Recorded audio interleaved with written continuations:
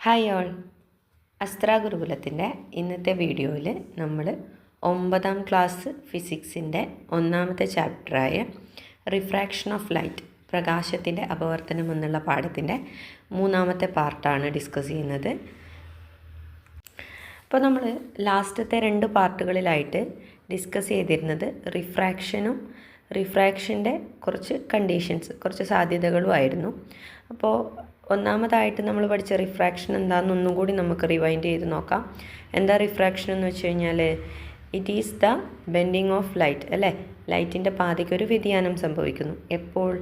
പ്രകാശിക സാന്ദ്രത വ്യത്യാസമുള്ള മാധ്യമങ്ങൾക്കിടയിൽ light travel ചെയ്യുമ്പോൾ, അതായത് ഒപ്റ്റിക്കൽ ഡെൻസിറ്റി വേരിയേഷനുള്ള മാധ്യമങ്ങൾക്കിടയിൽ പ്രകാശം സഞ്ചരിക്കുന്ന സമയത്ത് പ്രകാശപാതയ്ക്ക് ഒരു വ്യതിയാനം സംഭവിക്കുന്നു. അതിനെയാണ് നമ്മൾ എന്ത് പറഞ്ഞത്? റിഫ്രാക്ഷൻ അല്ലെങ്കിൽ അപവർത്തനം എന്ന് പറഞ്ഞത്. അപ്പോൾ നമ്മളിനി ഡിസ്കസ് ചെയ്യുന്നത് refraction of light through A glass lab, അതായത് ഒരു ഗ്ലാസ് ലാബിലൂടെയുള്ള പ്രകാശത്തിൻ്റെ അപവർത്തനമാണ്. അപ്പോൾ നിങ്ങൾക്ക് 2 ഫിഗർ കാണാം. ഒന്ന് ഒറിജിനലായിട്ട് ലൈറ്റ് കടന്നു പോകുന്നൊരു ചിത്രവും, രണ്ടാമത്തേത് ലൈറ്റിൻ്റെ പാത വരച്ചിരിക്കുന്നതും. ഓക്കെ, അപ്പോൾ ഒരു ലേസർ ടോർച്ച് ഉപയോഗിച്ച് ലൈറ്റിനെ ഒരു ഗ്ലാസ് ലാബിലൂടെ പതിപ്പിച്ചിരിക്കുന്നു, ഒരു ഗ്ലാസ് ലാബിലൂടെ കടത്തിവിട്ടിരിക്കുന്നു. അപ്പോൾ അവിടെ ഒരു ക്വസ്റ്റ്യൻ ചോദിച്ചിട്ടുണ്ട്, at which point do refraction occur to the ray of light? പ്രകാശരശ്മിക്ക് എവിടെയൊക്കെ വെച്ചാണ് അപവർത്തനം സംഭവിക്കുന്നത്? അപ്പോൾ ആ ഫിഗറിൽ നോക്കിയാൽ മനസ്സിലാവും, ലൈറ്റ് ആദ്യം എയറിൽ നിന്ന് സഞ്ചരിച്ച് ഗ്ലാസ്സിലേക്ക് വന്നു, ഗ്ലാസ്സിൽ നിന്ന് സഞ്ചരിച്ച് വീണ്ടും എയറിലേക്ക്, അതായത് വായുവിൽ നിന്ന് വന്ന് ഗ്ലാസ്സിലൂടെ സഞ്ചരിച്ച് തിരിച്ച് വീണ്ടും വായുവിലേക്ക് തന്നെയാണ് പ്രകാശം പോകുന്നത്. അപ്പോൾ ആ ഫിഗറിൽ നോക്കിക്കഴിഞ്ഞാൽ നമുക്ക് മനസ്സിലാവും, എയറിൽ നിന്ന് ഗ്ലാസ്സിലേക്ക് കടക്കുന്ന ആ പോയിന്റിൽ, വായുവിൽ നിന്ന് ഗ്ലാസ്സിലേക്ക് കടക്കുന്ന അവിടെ വെച്ച്, അല്ലെങ്കിൽ ആ പോയിന്റ് ഓഫ് സെപ്പറേഷൻ, അതായത് പ്രതലങ്ങൾ മാറ്റുന്ന ആ സെപ്പറേഷനിൽ വെച്ച് എന്ത് സംഭവിക്കുന്നുണ്ട്? പ്രകാശരശ്മിക്ക് അപവർത്തനം, റിഫ്രാക്ഷൻ നടക്കുന്നുണ്ട്. അതേപോലെ തന്നെ രണ്ടാമതായിട്ട് ഗ്ലാസ്സിൽ നിന്ന് എയറിലേക്ക് സഞ്ചരിക്കുമ്പോൾ, അതായത് ഗ്ലാസ്സിൽ നിന്ന് വായുവിലേക്ക് സഞ്ചരിക്കുമ്പോഴും പ്രകാശരശ്മിക്ക് എന്ത് സംഭവിക്കുന്നുണ്ട്? റിഫ്രാക്ഷൻ, അപവർത്തനം സംഭവിക്കുന്നുണ്ട്. അപ്പോൾ ഈ ഒരു ഫിഗറിൽ 2 തവണ ലൈറ്റിന് എന്ത് സംഭവിക്കുന്നുണ്ട്? റിഫ്രാക്ഷൻ സംഭവിക്കുന്നുണ്ട്. അപ്പോൾ അവിടെ തന്നിട്ടുണ്ട്, വായിച്ചു നോക്കാം. First, when light enter from air to glass, then light pass to air from glass. On both the surface of separation light undergo refraction. അതായത് എന്താണ്? ആദ്യം ലൈറ്റ് എയറിൽ നിന്ന് ഗ്ലാസ്സിലേക്ക് സഞ്ചരിക്കുന്നു, അതായത് വായുവിൽ നിന്ന് ഗ്ലാസ്സിലേക്കും പിന്നീട് ഗ്ലാസ്സിൽ നിന്ന് വായുവിലേക്കും 2 തവണ കടക്കുന്നുണ്ട്. ആ 2 സന്ദർഭങ്ങളിലും മാധ്യമങ്ങളുടെ വിഭജന തലത്തിൽ വെച്ച് പ്രകാശരശ്മിക്ക് എന്ത് സംഭവിക്കുന്നുണ്ട്? അപവർത്തനം സംഭവിക്കുന്നുണ്ട്. ഇനി രണ്ടാമത്തെ ക്വസ്റ്റ്യൻ നോക്കുക. Allow light to incident normally on the glass slab, does refraction occur? തന്നിരിക്കുന്ന ചിത്രം പോലെ ഗ്ലാസ് ലാബിലേക്ക് പ്രകാശം ലംബമായി പതിപ്പിച്ചാൽ അപവർത്തനം സംഭവിക്കുമോ? ആ ഫിഗറിൽ തന്നെ ഉണ്ട്, അല്ലേ? അല്ലെങ്കിൽ നമ്മൾ അതിന് മുന്നേ പഠിച്ചിട്ടുണ്ട്, ലംബമായി പതിക്കുന്ന പ്രകാശരശ്മിക്ക് അപവർത്തനം കൂടാതെ അത് ആ മാധ്യമത്തിലൂടെ എന്ത് ചെയ്യും? ട്രാവൽ ചെയ്തു പോകും, അല്ലെങ്കിൽ കടന്നു പോകും, അല്ലേ? അപ്പോൾ അതാണ് അവിടെ ആൻസർ ആയിട്ട് കൊടുത്തിട്ടുള്ളത്. No, when light fall normally between 2 mediums with different optical densities light does not undergo refraction. അതായത് പ്രകാശിക സാന്ദ്രതയിൽ വ്യത്യാസമുള്ള 2 മാധ്യമങ്ങൾക്കിടയിൽ പ്രകാശം ലംബമായി പതിപ്പിച്ചാൽ പ്രകാശരശ്മിക്ക് എന്ത് സംഭവിക്കുന്നില്ല? അപവർത്തനം സംഭവിക്കുന്നില്ല. അടുത്തതായിട്ട് നമ്മൾ പറയുന്നത് അറ്റ്മോസ്ഫറിക് റിഫ്രാക്ഷൻ, അല്ലെങ്കിൽ അന്തരീക്ഷത്തിലെ അപവർത്തനമാണ്. അപ്പോൾ നമ്മൾക്കറിയാം, നക്ഷത്രങ്ങളൊക്കെ തിളങ്ങുന്നതായിട്ട് നമുക്ക് തോന്നിയിട്ടുണ്ട്, അല്ലേ? നക്ഷത്രങ്ങൾ സാധാരണ നല്ല ട്വിങ്ക്ലിംഗ് ആയിട്ട് തിളങ്ങുന്നതായിട്ടാണ് നമ്മൾ കാണാറ്. അത് റിഫ്രാക്ഷൻ്റെ അല്ലെങ്കിൽ അപവർത്തനത്തിൻ്റെ ഫലമായിട്ടാണ് നമ്മൾക്ക് എന്ത് ചെയ്യുന്നത്? നക്ഷത്രങ്ങൾ തിളങ്ങുന്നതായിട്ട് അനുഭവപ്പെടുന്നത്. ഗ്രഹങ്ങളെ സംബന്ധിച്ച്, അല്ലെങ്കിൽ ഗ്രഹങ്ങളെക്കാളും ഒരുപാട് അകലെയാണ് നക്ഷത്രങ്ങൾ കാണപ്പെടുന്നത്. അതുകൊണ്ട് തന്നെ ഒരുപാട് ദൂരം സഞ്ചരിച്ചാണ് നക്ഷത്രങ്ങളിൽ നിന്നുള്ള പ്രകാശം ഭൂമിയിലെത്തുന്നത്. ഓക്കെ, നക്ഷത്രങ്ങളിൽ നിന്ന് പുറപ്പെട്ടു വരുന്ന ലൈറ്റ് എർത്തിലെത്തുന്നത് ഒരുപാട് ഡിസ്റ്റൻസ് ട്രാവൽ ചെയ്തുകൊണ്ടാണ്. അപ്പോൾ ഈ പ്രകാശം അന്തരീക്ഷത്തിൻ്റെ വിവിധ പാളികൾ, അതായത് അറ്റ്മോസ്ഫിയറിൻ്റെ ഒരുപാട് ലെയേഴ്സ് കടന്നിട്ടാണ് എർത്തിലേക്ക്, അല്ലെങ്കിൽ നമ്മളുടെ കണ്ണുകളിലേക്ക് റീച്ച് ചെയ്യുന്നത്. അപ്പോൾ ഈ ഓരോ ലെയറുകളിലും, അതായത് ഈ അന്തരീക്ഷത്തിൻ്റെ ഓരോ പാളികളിലും അവിടുത്തെ ഫിസിക്കൽ കണ്ടീഷൻസ്, അതായത് ഭൗതിക സാഹചര്യങ്ങൾ, അതായത് എന്തൊക്കെയാണെന്ന് വെച്ചാൽ താപനിലയുണ്ട്, ടെമ്പറേച്ചർ ഉണ്ട്, പ്രഷർ, മർദ്ദം, ഇത്തരം കണ്ടീഷൻസൊക്കെ വ്യത്യാസമായിരിക്കും, വേരീഡ് ആയിരിക്കും. ഓക്കെ, അപ്പോൾ ഇത്തരം ഇറഗുലർ കണ്ടീഷനിലൂടെ, അതായത് ഇത്തരം ഒരുപോലെ അല്ലാത്ത കണ്ടീഷനിലൂടെ ലൈറ്റ് സഞ്ചരിച്ച് വരുന്ന സമയത്ത് അവിടെ എന്ത് സംഭവിക്കും? റിഫ്രാക്ഷൻ, അപവർത്തനം സംഭവിക്കും. ഈ റിഫ്രാക്ഷൻ എന്ന് പറയുന്നത് ഒരിക്കലും റെഗുലർ ആയിട്ടായിരിക്കില്ല, അതായത് ഇറഗുലർ റിഫ്രാക്ഷൻ ആയിരിക്കും. അതായത് ഈ അപവർത്തനം എന്ന് പറയുന്നത് ഒരു ക്രമരഹിത അപവർത്തനമായിരിക്കും. ഇത്തരം അപവർത്തനം കാരണമാണ് നമ്മളുടെ കണ്ണിലേക്ക് എത്തുന്ന ഈ പ്രകാശരശ്മികൾ അല്ലെങ്കിൽ നക്ഷത്രങ്ങളിൽ നിന്ന് നമ്മുടെ കണ്ണിലേക്ക് എത്തുന്ന ലൈറ്റ് നമ്മൾക്ക് എന്തായിട്ട് തോന്നുന്നത്? തിളങ്ങുന്നതായിട്ട് തോന്നുന്നത്. ഇപ്പോൾ ഒരു ക്വസ്റ്റ്യൻ തന്നിട്ടുണ്ട്. നമ്മൾ അറ്റ്മോസ്ഫറിക് റിഫ്രാക്ഷൻ, അന്തരീക്ഷ അപവർത്തനം പറഞ്ഞതിൻ്റെ അതിൻ്റെ കണ്ടീഷൻ വെച്ച് തന്നെ എക്സ്പ്ലെയിൻ ചെയ്യാൻ പറ്റുന്ന ക്വസ്റ്റ്യനാണ്. Even after the sun he has passed the western horizon, the sun is visible for some more time. Similarly, the sun can be seen a few seconds before it reaches the eastern horizon in the morning. What is the reason?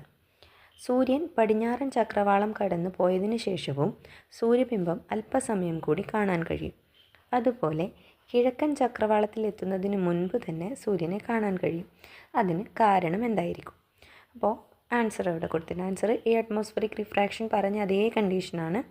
This is due to when light travel through different layers of atmosphere, light undergo continuous refraction. അതായത് അന്തരീക്ഷത്തിൻ്റെ വിവിധ പാളികളിലൂടെ പ്രകാശം തുടർച്ചയായിട്ട് ചെരിഞ്ഞു പതിക്കുന്നതിൻ്റെ ഫലമായിട്ട് എന്ത് സംഭവിക്കുന്നു? അന്തരീക്ഷ അപവർത്തനത്തിന് തുടർച്ചയായിട്ട് പ്രകാശം വിധേയമാവുന്നു.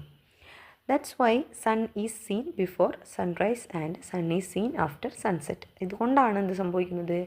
നമ്മൾക്ക് സൂര്യപ്രകാശം കൂടുതൽ ദൂരം ട്രാവൽ ചെയ്യുന്നതിൻ്റെ ആ ഫലമായിട്ട്, അല്ലെങ്കിൽ ഈ റിഫ്രാക്ഷൻ്റെ ഫലമായിട്ട് നമ്മൾക്ക് സൂര്യൻ ഉദിക്കുന്നതിന് മുന്നേ തന്നെ ചക്രവാളത്തിൽ സൂര്യനെ കാണാൻ സാധിക്കുന്നു. അതേപോലെ സൂര്യാസ്തമയത്തിന് ശേഷവും കുറച്ച് സമയം സൂര്യനെ ചക്രവാളത്തിൽ കാണാനായിട്ട് സാധിക്കുന്നു. അപ്പോൾ നമുക്ക് അടുത്ത ടോപ്പിക്കിലേക്ക് പോകാം. നിങ്ങൾക്ക് 2 ചിത്രം കാണാനായിട്ട് സാധിക്കുന്നുണ്ടല്ലേ? അപ്പോൾ ഒന്നാമത്തെ ചിത്രത്തിൽ എങ്ങനെയാണ്? ടോർച്ച് ഒരു സൈഡിൽ നിന്ന് വാട്ടറിനകത്തേക്ക്, വെള്ളത്തിനകത്തേക്ക് പതിപ്പിച്ചിട്ടുണ്ട്. ആ സമയത്ത് അവിടെ ലൈറ്റിന് എന്താണ് കാണാൻ പറ്റുന്നത്? ലൈറ്റ് ജലോപരിതലത്തിലൂടെ കടന്നു പോകുന്നതായിട്ട് കാണാൻ സാധിക്കുന്നുണ്ടല്ലേ? രണ്ടാമത്തെ ചിത്രത്തിൽ എങ്ങനെയാണ് ലൈറ്റ് കടന്നു പോകുന്നത്? ലൈറ്റ് കടന്നു പോകുന്നത് എങ്ങനെയാണ്? ലൈറ്റ് വെള്ളത്തിൻ്റെ സർഫേസിൽ, വെള്ളത്തിൻ്റെ ഉപരിതലത്തിൽ, വാട്ടർ സർഫേസിൽ തട്ടിയിട്ട് തിരിച്ച് അതേ മാധ്യമത്തിലേക്ക് വരുന്നതായിട്ടാണ് കാണാൻ കഴിയുന്നത് അല്ലേ? അപ്പോൾ നമുക്ക് ആ ക്വസ്റ്റ്യൻ നോക്കാം. Which are the mediums through which light travel in the trough? ട്രഫിനകത്ത് ലൈറ്റ് ട്രാവൽ ചെയ്യുന്ന മാധ്യമങ്ങൾ ഏതൊക്കെയാണ്? ലൈറ്റ് ട്രാവൽ ചെയ്യുന്നത് ഏതിലൂടെയാണ്? ട്രഫിനകത്ത് വാട്ടറിലൂടെ ആണ് ട്രാവൽ ചെയ്യുന്നത് അല്ലേ? ജലോപരിതലത്തിൽ തട്ടിയിട്ട് തിരിച്ച് ജലോപരിതലത്തിലൂടെ തന്നെയാണ് പോകുന്നത് കാണുന്നത് ഒന്നാമത്തെ ചിത്രത്തിൽ. രണ്ടാമത്തെ ചിത്രത്തിൽ എങ്ങനെയാണ്? വാട്ടറിലേക്ക് തന്നെയാണ് തിരിച്ചു പോകുന്നത്. അപ്പോൾ എന്താണ് ഇവിടെ പ്രകാശം സഞ്ചരിക്കുന്നത്? ഡെൻസർ മീഡിയത്തിൽ നിന്ന്, ഒപ്റ്റിക്കൽ ഡെൻസിറ്റി കൂടിയ മാധ്യമത്തിൽ നിന്ന് ഒപ്റ്റിക്കൽ ഡെൻസിറ്റി കുറഞ്ഞ മാധ്യമത്തിലേക്കാണ്. അതായത് പ്രകാശിക സാന്ദ്രത കൂടിയ മാധ്യമത്തിൽ നിന്ന് പ്രകാശിക സാന്ദ്രത കുറഞ്ഞ മാധ്യമത്തിലേക്കാണ് എന്ത് ചെയ്യുന്നത്? പ്രകാശം പതിപ്പിച്ചിരിക്കുന്നത്. അപ്പോൾ നമുക്ക് നോക്കാം. What happens when the angle of incidence is gradually increased?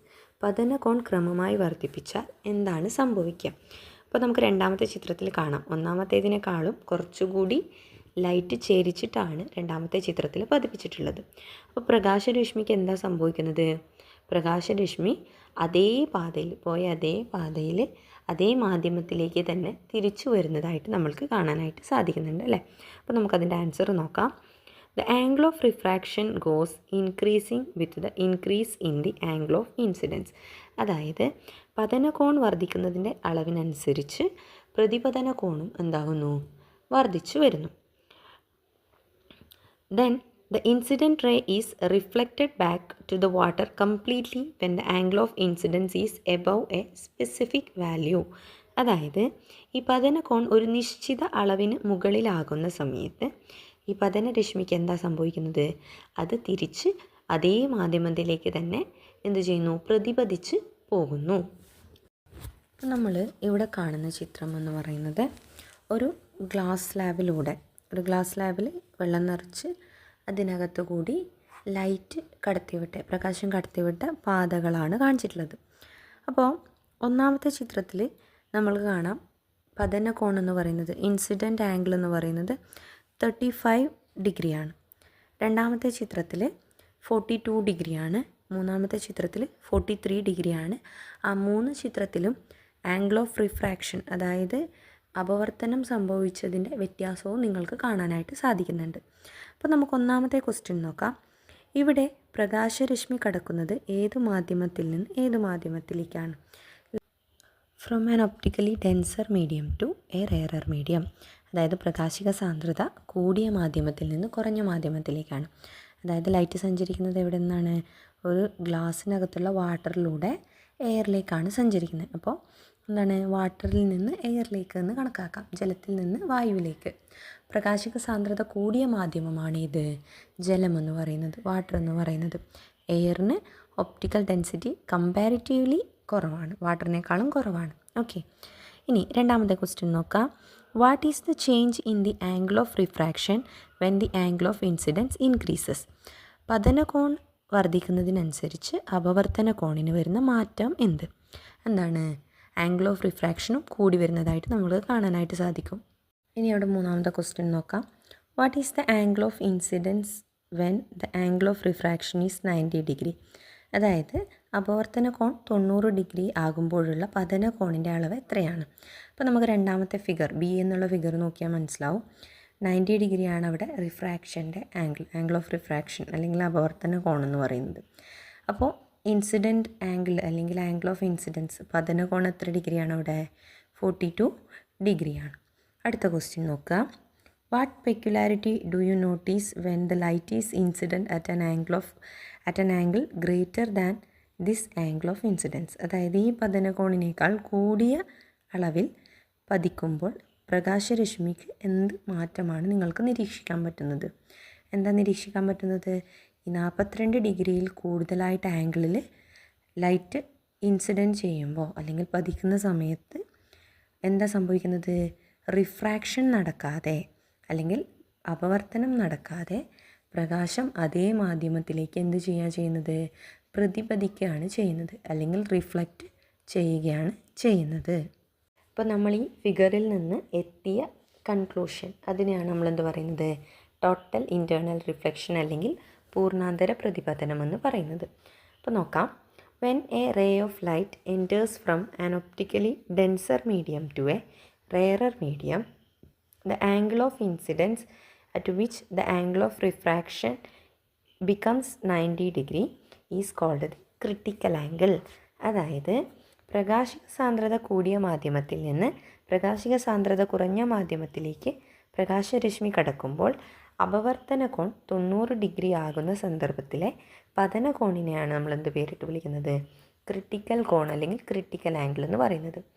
അതായത് എപ്പോഴാണോ, ഏത് ആംഗിൾ ഓഫ് ഇൻസിഡൻസിലാണോ, ഏത് പതനകോണിലാണോ അപവർത്തന കോൺ 90 ഡിഗ്രി ആവുന്നത്, ആംഗിൾ ഓഫ് റിഫ്രാക്ഷൻ 90 ഡിഗ്രി ആവുന്നത്, ആ ആംഗിൾ ഓഫ് ഇൻസിഡൻസിനെ, ആ പതനകോണിനെയാണ് നമ്മൾ എന്ത് പേര് വിളിക്കുന്നത്? ക്രിട്ടിക്കൽ ആംഗിൾ എന്ന് പറയുന്നത്. ബാക്കി വായിക്കാം. When a ray of light enters from an optically denser medium to a rarer medium at an angle of incidence greater than the critical angle, the ray is reflected back completely to the same medium without undergoing refraction. This phenomenon is called total internal reflection.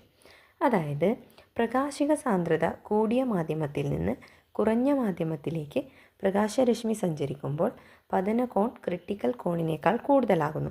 Okay, ആ രശ്മി അപവർത്തനത്തിന് വിധേയമാകാതെ അതേ മാധ്യമത്തിലേക്ക് പൂർണ്ണമായും പ്രതിപതിക്കുന്ന പ്രതിഭാസത്തെയാണ് നമ്മൾ എന്ത് പേരിട്ട് വിളിക്കുന്നത്? പൂർണ്ണാന്തര പ്രതിപതനം എന്ന് പറയുന്നത്. ഇനി ഒന്ന് ചുരുക്കി പറഞ്ഞു കഴിഞ്ഞാൽ, ഏത് ക്രിട്ടിക്കൽ കോണിനേക്കാളും കൂടുതൽ കോണിൽ പതനരശ്മി പതിക്കുന്ന സമയത്ത് അത് അപവർത്തനത്തിന് വിധേയമാകാതെ എന്തു സംഭവിക്കുന്നു? എവിടെ നിന്ന്, ഏത് മാധ്യമത്തിൽ നിന്നാണോ രശ്മി പുറപ്പെട്ടത് അതേ മാധ്യമത്തിലേക്ക് തന്നെ റിഫ്ലക്റ്റ് ചെയ്യുന്നു അല്ലെങ്കിൽ പ്രതിപതിക്കുന്നു. ഈ ഒരു പ്രതിഭാസത്തെ അല്ലെങ്കിൽ ഈ ഒരു ഫിനോമിനനെയാണ് നമ്മൾ എന്ത് പേരിട്ട് വിളിക്കുന്നത്? ഇത് ടെക്സ്റ്റിലുള്ള ഫിഗറാണ്. അപ്പോൾ നമ്മുടെ ടോട്ടൽ ഇൻറ്റേർണൽ റിഫ്ലക്ഷൻ വെച്ചുകൊണ്ട് അല്ലെങ്കിൽ പൂർണ്ണാന്തര പ്രതിപതനം വെച്ചുകൊണ്ട് ആൻസർ ചെയ്യാൻ പറ്റുന്ന ക്വസ്റ്റ്യനാണ്. The path of light through different mediums is given. അതായത് വിവിധ മാധ്യമങ്ങളിലൂടെയുള്ള പ്രകാശപാതയാണ് തന്നിരിക്കുന്നത്. Analyse the figure and answer the following question. ചിത്രങ്ങൾ വിശകലനം ചെയ്തുകൊണ്ട് വരുന്ന ചോദ്യങ്ങൾക്ക് എന്ത് ചെയ്യുക? ആൻസർ ചെയ്യുക. അപ്പോൾ ഒന്നാമത്തെ ക്വസ്റ്റ്യൻ നോക്കാം. Which of the above figures represent total internal reflection? അപ്പോൾ തന്നിരിക്കുന്ന ചിത്രങ്ങളിൽ ഏതൊക്കെ ചിത്രങ്ങളാണ് ടോട്ടൽ ഇൻറ്റേർണൽ റിഫ്ലക്ഷൻ, അതായത് പൂർണ്ണാന്തര പ്രതിപതനത്തെ സൂചിപ്പിക്കുന്നത്? അപ്പം ഒന്നാമത്തെ ചിത്രം നോക്കിയാൽ നിങ്ങൾക്ക് മനസ്സിലാവും. ജലത്തിൽ നിന്ന് പുറപ്പെട്ട രശ്മി തിരിച്ച് ജലത്തിലേക്ക് തന്നെ, തിരിച്ച് വാട്ടറിലേക്ക് തന്നെ എന്ത് ചെയ്തിട്ടുണ്ട്? റിഫ്ലക്റ്റ് ചെയ്തിട്ടുണ്ട്. അപ്പോൾ അത് ഏതിനെ സൂചിപ്പിക്കുന്നു? ടോട്ടൽ ഇൻറ്റേർണൽ റിഫ്ലക്ഷനെ അല്ലെങ്കിൽ പൂർണ്ണാന്തര പ്രതിപതനത്തെ സൂചിപ്പിക്കുന്നു. ഓക്കെ, ഇനി രണ്ടാമത്തെ ചിത്രത്തിൽ ടോട്ടൽ ഇൻറ്റേർണൽ റിഫ്ലക്ഷൻ നടക്കുന്നുണ്ടോ? ഇല്ല. മൂന്നാമത്തേതിലും നടക്കുന്നില്ല. നാലാമത്തേതിൽ നടക്കുന്നുണ്ടോ? നാലാമത്തേതിലും ഇല്ല. ലാസ്റ്റത്തെ ഇ എന്നുള്ള ഫിഗറിൽ എന്ത് നടക്കുന്നുണ്ട്? ഗ്ലാസ്സിൽ നിന്ന് പുറപ്പെട്ട രശ്മി തിരിച്ച് ഗ്ലാസ്സിലേക്ക് തന്നെ തിരിച്ചു വരുന്നതായിട്ട് കാണാം.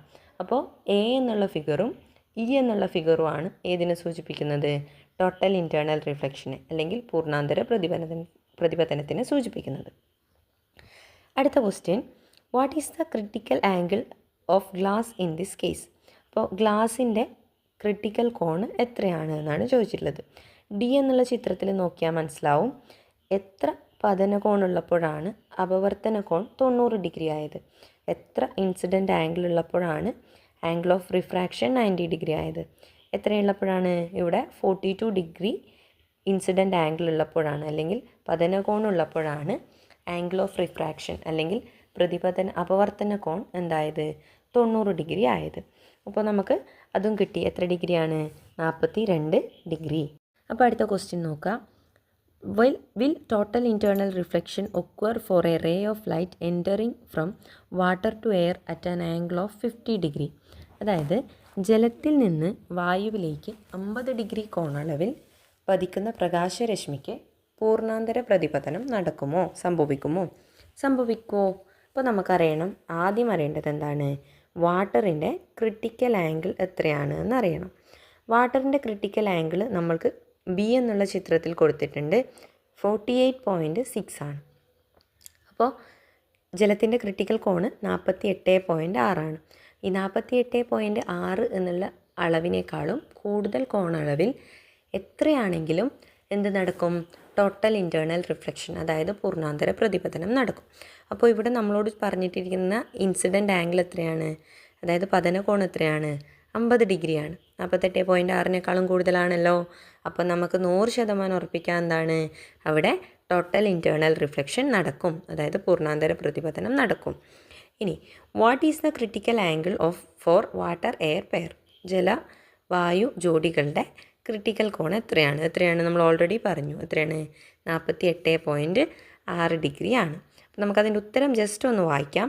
Yes, critical angle of water is 48.6. അതായത് ജലത്തിൻ്റെയും വായുവിൻ്റെയും ജോഡിയുടെ ക്രിട്ടിക്കൽ ആംഗിൾ എത്രയാണ്? 48.8 ആണ്.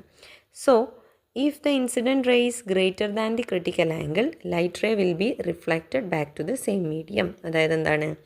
ക്രിട്ടിക്കൽ കോണിനേക്കാളും കൂടുതൽ കോണളവിൽ ലൈറ്റുകൾ പതിക്കുകയാണെങ്കിൽ, പതനരശ്മി പതിക്കുകയാണെങ്കിൽ അവിടെ അപവർത്തനം നടക്കാതെ എന്താണ് നടക്കുക?